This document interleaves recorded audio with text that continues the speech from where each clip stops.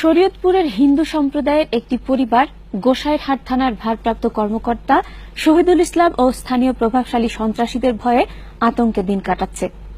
অভিযোগ, মধ্যরাতে চিহ্নিত সন্ত্রাসীরা ঘুমন্ত নারী ও পুরুষের ওপর অমানুষিক নির্যাতন, বাড়িঘর দখল ও থানায় গেলে স্থানীয় পুলিশ প্রশাসনের কতিপয় ব্যক্তি তাদের মারধর করে। কামরুজ্জামানের গবেষণায় এ নিয়ে প্রতিবেদন তৈরি করেছেন জাহিদুল ইসলাম সুমন। শরীয়তপুর জেলার ঘোষাইরহাট উপজেলার মিত্রসেনপট্টি গ্রামের বাসিন্দা বলরাম মণ্ডলের ৩ সন্তান ভাসান মণ্ডল, কৃষ্ণ মণ্ডল ও লক্ষণ মণ্ডল। এরা সকলে ৬৪ নং মিত্রসেনপট্টি মৌজার ৩৪% জমির পৈতৃক সূত্রে রেকর্ডকৃত মালিক। গত ১৯/১১/২০১২ তারিখ দিবাগত রাতে স্থানীয় কিছু প্রভাবশালী ব্যক্তির সহায়তায় ৪০-৫০ জনের একদল চিহ্নিত সন্ত্রাসী চক্র ভাসান মণ্ডল, কৃষ্ণ মণ্ডল ও লক্ষণ মণ্ডলের পিতৃভূমি এই জন্মভিটা দখল করার জন্য হামলা চালায়। পরবর্তীতে টিন দিয়ে পুরো সম্পত্তি ঘিরে দখল নিশ্চিত করে এই সন্ত্রাসীরা। মাইনুদ্দিন পেদা আমাকে বলতো সেই কথা যে কাকা আপনি কোথায়? আমি বাজারে। আপনার যত মহা বিপদ আসতেছে। কি বিপদ আসতেছে?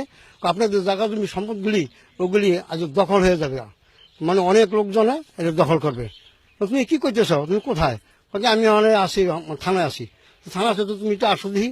তো উনি আসলো, সে বললো যে আমি ওসি সাহেবের রুমে আসছিলাম, ওসি সাহেবের যারা দখল করব এরা টাকা হাত দিয়ে গেছে। পরে আমি ওসি সাহেবের কইছি যে স্যার, এটা হিন্দু পরিবার, আওয়ামী লীগ আমল, আপনি এই টাকা নিয়েন না, আমি আপনার ব্যবস্থা করতে আসি। যেটা মাইনুদ্দিন পেদায় বললো। তো এরপরে ওনার কাছে ৩০,০০০ চাইলো। ওনারা বললো আমরা গরিব মানুষ পাম কই। তখন ওনারা ১৫,০০০ টাকা মাইনুদ্দিন হাতে আমার সামনে, আমার গদিতে, আর ওই কাগজপত্রগুলি দিল। ১৫,০০০ টাকা আমি দিয়ে দিই। ১৫,০০০ টাকা দিয়ে দিই এবং বছর কিছু কাগজপত্র দিতে হবে তোমাদের। তখন আমাদের কাগজপত্র আবার আমি দিয়ে দিলাম। দেওয়ার পরে চলে গেল। আমাদের এখানে পুরানো বেড়া ছিল, আমাদের বাউন্ডারি বেড়া ছিল, পুরানো বেড়া। ওই বেড়াগুলো আইসা ভেঙে দিল। ভেঙে দেওয়ার পরে বাঁশকুটি গাড়া শুরু করার পরে ঠিক আছে, আমার মা, কাকি, বোন সবাই এখানে বাধা দিল। লক্ষণ মন্ডল, ভাষণ মন্ডলেরা তো এখানে বুক দখল আছে। এরপরে একদিন সকালবেলা রাত্রেই বেড়া ঘোরা দেয়, পিটাপিটি মারামারি তুখার। শুধু জায়গা জমি দখল করে থেমে থাকেনি এই সন্ত্রাসী কর্মকাণ্ড। মধ্যরাতে ঘুমন্ত নারী পুরুষ সকলের উপর অমানসিক নির্যাতন চালিয়েছে এই পাষণ্ডরা।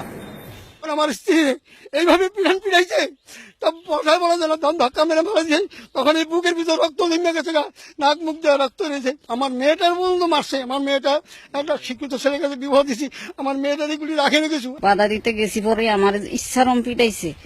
ডালিমে, আবার অসীম, সুনীল, এই স্বপন, রতন, ওরা আমার পিটাইছে ইচ্ছারম পিটে। আর যে ফুটবলের মতন মেলা মারছে দরিয়া, কাপড় চোপড় সব খুললা গেছে গিয়া। আমার মারে ফালাই রেখে আমারে ধরলো আর কি।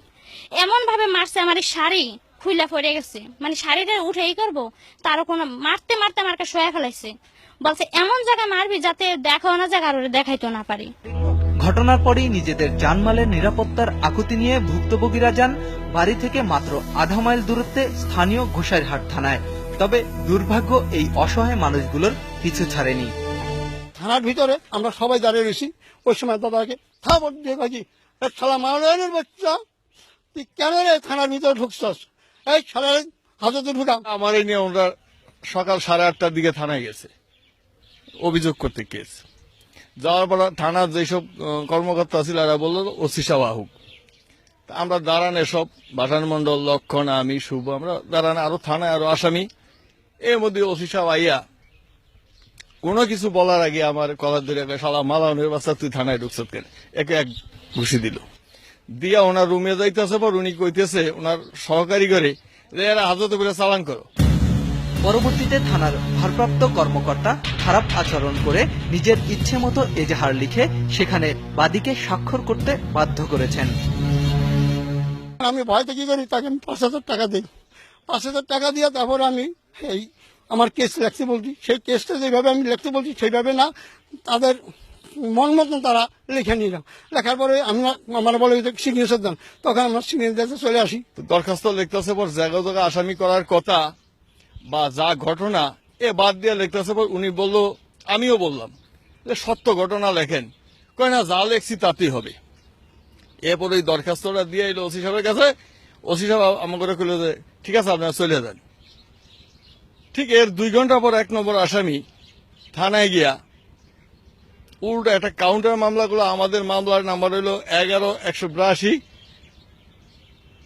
20/11/2012, দাখিলের তারিখ সকাল 9:35। আর যে আসামিরে দিয়ে মামলা নিছে মামলা নাম্বার হলো 12-183, দাখিলের তারিখ বেলা 11:35।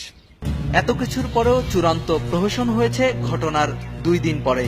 এই জমি দখলের নেতৃত্বে দেয়া কয়েকজন প্রভাবশালী এবং গোসাইরহাট থানার ভারপ্রাপ্ত কর্মকর্তার আপন ভাই মিলে সাব কবলা দলিলের মাধ্যমে এই জমি নিজেদের নামে রেজিস্ট্রি করে নিয়েছেন।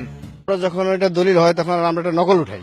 নকল উঠানোর পরে আমরা মনে করেন দেখি মোস্তফা দেওয়ান নিছে, তারপরে ওই ডালিম নিছে, তারপরে আপনার ওই মাইনতি পাদা নিছে। তখন একটা নাম, আরেকটা নাম সাদি করে, নামটা আমরা খুঁজে পাইতেছি না। কাকার বললাম, কাকা দেখেন এটা সাদি, এটা কোন জায়গায় কি লোক হইতে পারে। তখন কাকা খবর নিয়ে দেখলো, ঠিক আছে, এবং ওসির বাবার নামের সাথে মার নামের সাথে জিজ্ঞাসা করে দেখতে পেলো যে এটা ওসির ভাই।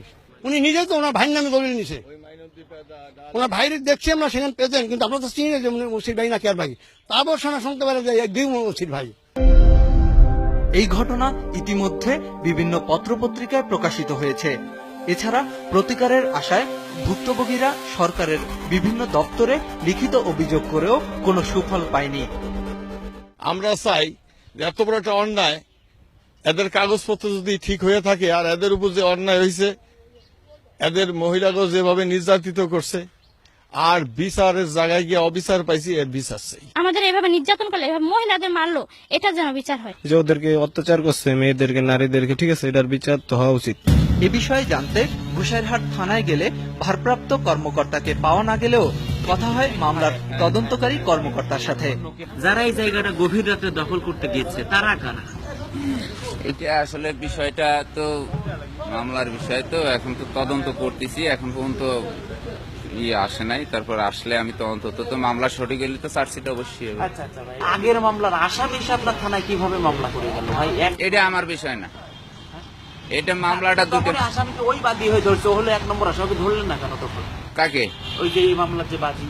না, এইটা তো মামলাটা তো রেকর্ড করছে ওসি সাহেব, আমাকে তদন্ত দিন দিছে, তারপর রেকর্ডের পর আমাকে তদন্ত দেয়। আর এইটা আপনারা মিডিয়ায় দেবেন না, প্রচার দেবেন না, ঠিক আছে? এই দখলদারিত্বের বিষয়ে শরীয়তপুরের পুলিশ সুপারের কাছে জানতে চাইলে ঘটনার উপযুক্ত তদন্তের আশ্বাস দিয়ে তিনি বলেন, মূলত যে জায়গা জমি নিয়ে সংক্রান্ত ব্যাপার ওনাদের বাদীর ঘনিষ্ঠজনদের সাথেই, তাদেরকে আমি বলেছি তাদের উভয় পক্ষকে, এবং আমি ওসিকে নির্দেশ দিয়েছিলাম যে উভয় পক্ষকে নিয়ে মীমাংসা করে দেওয়ার জন্য। 21 তারিখে আবার ফিরে এই জমি সেই দখলকারীরা মাইনুদ্দিন পেদা, ডালিম সর্দার, মুস্তফা দেওয়ান এবং বর্তমান ওসি সাহেবের ভাইয়ের নামে সাবকলা দলিল নেই। এ ব্যাপারে যথাযথ তদন্ত করব, আমার এখানকার সিনিয়র অফিসারদের তদন্ত করব। তদন্ত করে যদি ওসির আমি কোনো ইনভলভমেন্ট বা কোনো ধরনের অনৈতিক দেখতে পাই, আমি তার বিরুদ্ধে অবশ্যই যথাযথ ব্যবস্থা নেব। কর্তৃপক্ষ ন্যায় বিচারের স্বার্থে সঠিক তদন্তের মাধ্যমে দোষীদের উপযুক্ত শাস্তির ব্যবস্থা করবেন এবং নিরপরাধ কেউ যেন হয়রানির শিকার না হয় সেটা নিশ্চিত করবেন, এমনটাই প্রত্যাশা সকলের।